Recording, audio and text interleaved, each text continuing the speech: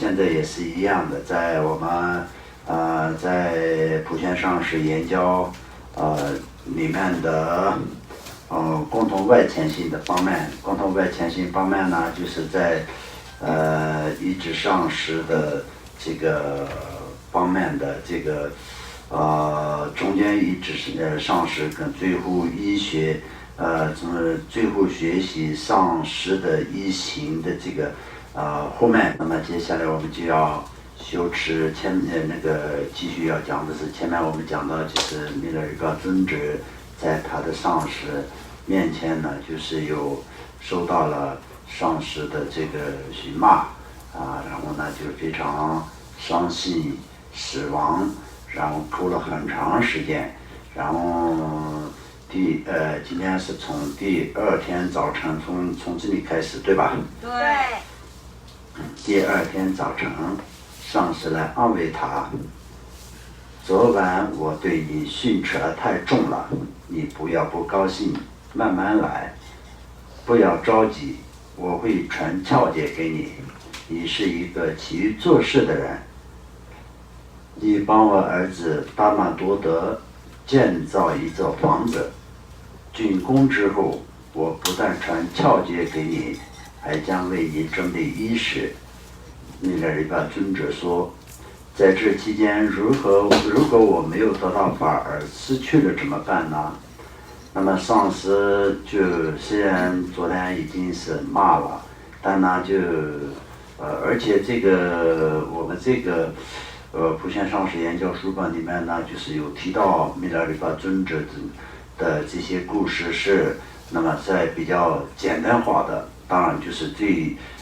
完整的就是在弥勒日巴的传记里面就是非常完整的。那我不知道你们应该有没有看过弥勒日巴尊者的传记，如果是没有看过的情况下，以后大家看一下也是非常好的，而且是这些都是为我们能够可以在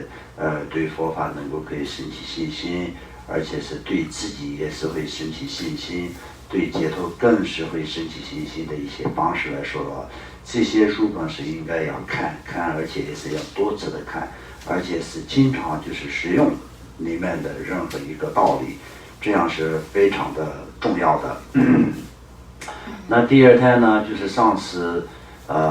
就本身就是所谓的上师的慈悲就是这样的，就是对弟子的一些愤怒也好，对弟子的这个打骂凶这些各个方面都是不跟其他的人同样的，因为如果是其他的像比如说你的敌人也好，你的仇人也好，那就更不用讲。但是除了以外，其他的一些你的普通的一些，比如说那个领导也好什么，就这个就跟上司是不同的。上司如同是自己的父母一般，那么母亲对小孩也是会有打或者是骂的时候，那么就有对小孩非常愤怒的时候跟非常生气的时候都有，但这不是说是从内心里面永远都是对小孩有这种仇恨的一个事情，所以就是对小孩有爱跟慈悲，主要是为了小孩好，所以呢也是有变成要打的时候，有骂的时候，说小孩的时候都有，甚至有就是赶出家门的时候都有。但是从内心里面呢，就是父母呢就是永远都是放不下小孩的，如同这样的道理。那么上师对弟子，因为就是成为了师徒的关系的时候呢，就是上师是有责任的，所以呢这个方面来说到，就是会有说到的时候和骂的时候都会有的。但是就像那个马尔巴尊者一样那么就是第二天又来到了弥勒日巴尊者的身旁，然后就是安慰他说，我昨天就是骂你骂的比较凶了一点点，但是呢就没有关系，你就慢慢来，我会以后好好的就是要给你传授窍诀。那这些是什么呢？因为什么呢？因为这个都是为了弟子能够可以消除业障。如果那么容易能够得到佛法的话，那弥勒佛法而且得到的就是有效果的情况下，那弥勒日巴尊者曾经在大圆满的一位上师跟前也是一样的得到过一些佛法，但是他并没有得到任何的成就感，并没有得到任何的帮助，因为就是太容易了，他的内心就不改变不再改变任何的事情啊，他行为都是同样的，他就甚至功课都不做，然后整天在睡觉。他觉得可能大圆满法非常殊胜，所以有缘智碰到的时候呢，就不用修持，所以自己认为自己是肯定是很有缘的人，很有因缘的人，很有福报的人，所以呢，就是这一次碰到大圆满法，算是我就什么都不用做，就马上会成佛的啊，会有这种想法。那么这个来说呢，就完完全全就是在怎么说呢？出发点是不对的。出发点呢，就是我们佛陀给我们就是讲的，就是能够可以解脱的方法。那么能够解脱呢，就是完全是依靠自己的。所以呢，这个方面呢，就是没有自己去真正的修持的情况下，那么就并没有用。所以呢，就是马尔巴尊者给密勒里巴尊者这么多的这些做怎么说呢？那个苦修的一些功课的主要原因呢，就是因为他造的业也是太重了，而且呢，真正的这个能够给他传这些窍诀的情况下，他能够可以提升成就，这两个重点是上师都知道了，所以呢，就是让他进行不同的这种怎么说呢？那个方式而去修持的。所以如果是一个一般的人、普通的人，他在修也是不会特别的努力，然后得到成就也不会是很高，或者是造业也没有造太多的这种业，这样的情况下，那也是肯定也前面那上师不会特别让他进行这么多的苦行啊等等的这些的功课。所以那么上师们过去以这样的这种传法、解法、修持，而至今已经是成就了，只有留下了一个成就的故事给我们听。那么我们可以拿这些来可以做什么呢？那这些来我们可以参考自己的行为跟自己的修持，自己能不能够可以成就，自己能不能够可以做到一个真正的如理如法的一个合法的一个弟子，合法的一个上师，以这样来看。所以这个部分来说到，就我们可以作为可以学习的参考。所以我们就一定要在这些上师们的成就的故事一看到的时候，我们就要好好的反复的思维不要轻易的就念过去就过去，其实这样就不够那么同时密勒里巴尊者就得到了一个你可以做一个就是怎么说呢事情，就能够可以得到佛法的一个这样的一个怎么说呢一个机会。那么这个时候来说的话，就是他也是想，因为就是要改房子的这个工程时间是一定是比较长嘛，所以他又怕，那么这个中间他如果死了，那就是得不到佛法，那怎么办？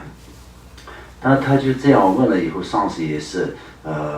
保证了他在这个期间不会死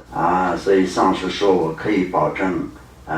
这期间你不会死，对法不能太夸张，据说你是一个十分精进的人，那他的意思说我给你传这个法就一定会能得到成就于这样的，就是对法不能特别的这个夸张，就是说一定，但是呢看起来你是一个非常精进的人，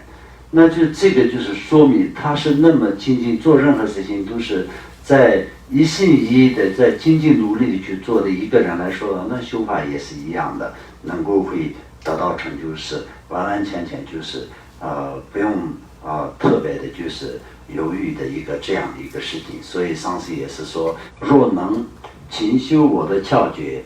或许即生能成佛。这样谆谆教诲一番后，让密勒里巴在东山建一座圆形的房屋，在西山建一座半圆形的房屋，于白山建一座三角形房屋，所有的房屋仅建起一半时，上师就来呵责，命他全部拆毁，并将图示放回原处。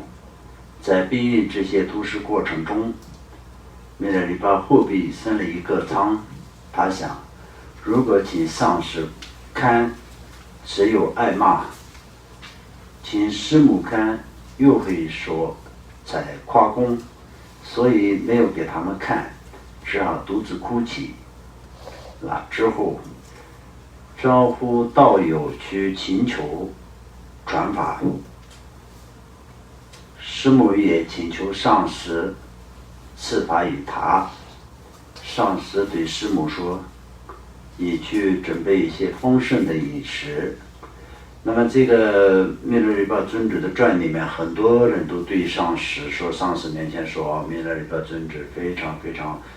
辛苦，他是一个很可怜的小孩，所以你请上师一定要给他传法。也这样，就是很多人都请求为弥勒里巴请求。同样的，就是师母也是有去请求弥勒里巴尊者，就很多次。最后的时候有一次呢，就是他就给师母讲，你就让他准备一些丰盛的饮食让他吃。那么这个就是这里面看起来到就是去请法的时候一定要好像吃饱才可以去的那种，好像也看出来就是这样的一个感觉。但这个就是实际上来说到就师父就是给那个师母说，因为师母给他讲述说他非常辛苦的，他的工程各个方面来说，那他就是说，那你就要对他要好一点，要给他一些比较丰盛的那个饮食，要可以再照顾一点点。那么一开始的时候呢，就是可能他吃的各方面都是比较辛苦的，不光是做事情的辛苦，那就是这里可以说明，就是说吃的也是很辛苦的，就是过一个非常苦的一个日子。同时呢，就是做那个盖房屋的这种非常重的这个工程，所以同时呢，就那个时候也没有什么其他的工具嘛，当然就是在石头也好，泥土也好，这些全部都是用自己的身体来搬，所以呢，就身体上也是长了很多的疮所以就是身体破掉了，然后就是会出那个血脓这样，所以非常可怜。然后带他到我这里来，然后上师这样同意了，他可以去上师的跟前。那么弥勒里巴尊者，弥勒里巴来了后，上师念了皈依的传承，传完皈依戒后说，这些都是共同之法，如果想要不共密宗窍诀，也需要如此做。有简略地讲述了那罗巴传记中苦心的情况，然后问道，你能够苦心，你能够这样苦心吗？看来很困难吧。听到这些，弥勒里巴升起了强烈的信心，泪流满面，并且立下了谨遵师命的坚定誓言。那么听到这个过去那罗巴尊者的这些苦行的故事，然后听到以后，他呢就是更加的对上师更加的产生了不可思议的信心，同时呢他自己也是实下了愿。